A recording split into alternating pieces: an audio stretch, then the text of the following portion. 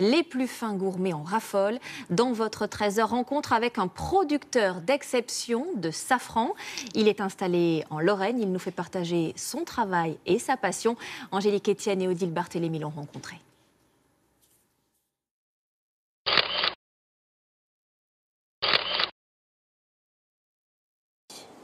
Dès les premiers rayons du soleil, elle colore de pourpre le champ de Philippe Frappard, safranier depuis 7 ans.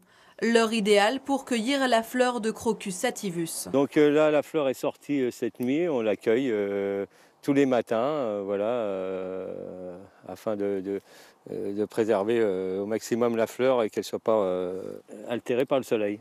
Sur son demi-hectare de terre, 400 000 bulbes sont plantés, soit autant de fleurs à ramasser tous les jours à la main, donc toute la famille s'y met. Un travail titanesque qui ne doit rien enlever à la douceur du geste. Faut prendre la petite feuille par le bas et puis tirer tout doucement pour ne pas arracher les bulbes qui sont dans la terre. Il faut faire très attention de ne pas marcher sur les lignes de safran, des fleurs de safran. Si chaque fleur est si importante, c'est que Philippe Frappard n'a qu'une récolte par an. 3 semaines durant lesquelles il fera tout son stock pour l'année. Une culture exigeante, découverte lors d'un voyage au Maroc, où il est littéralement tombé sous son charme. Elle est envoûtante parce qu'on ne la maîtrise jamais. C'est sa beauté, c'est une fleur magique, elle n'en fait qu'à sa tête. On ne peut pas la dompter, et pourtant on peut essayer d'en vivre. Alors si on pouvait aller rapatrier tous les paniers. Une fois les fleurs cueillies, la course contre la montre continue à l'intérieur de la yourte. Ces petites mains n'auront que 24 heures pour extraire le pistil, le futur safran. La fleur est éphémère, et donc le pistil qu'elle contient de même, avant qu'il soit collant et qu'il s'oxyde, on l'émonde. C'est la partie qui consiste à séparer le pistil de la fleur. Pour ce tas de fleurs, il faudra près de 6 heures de travail. Et c'est seulement une fois séché dans cet appareil que le pistil devient épice. Il a la texture à peu près d'un cheveu, un peu plus sec. Il a perdu 85% de son poids et son odeur de paille caractéristique.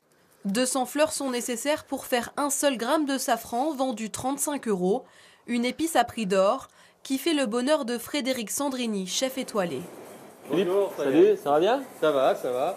Donc voilà le safran qu'on connaît déjà. Je trouve la couleur magnifique, ça c'est vraiment propre à ton safran. Ouais, À force d'en goûter plusieurs, Il y a une couleur, il y a des tons violacés comme ça. Oui, il vire sur le grenat et c'est vraiment magique, c'est vraiment un produit magnifique.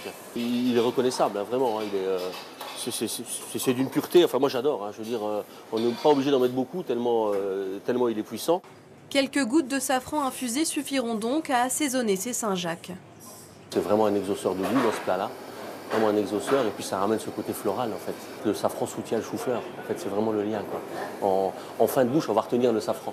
Du safran qui peut aussi être utilisé dans des desserts comme dans ce subtil mélange de chocolat et de coing, une épice aux multiples facettes qui reste la plus chère du monde. Elles non plus n'ont pas de prix.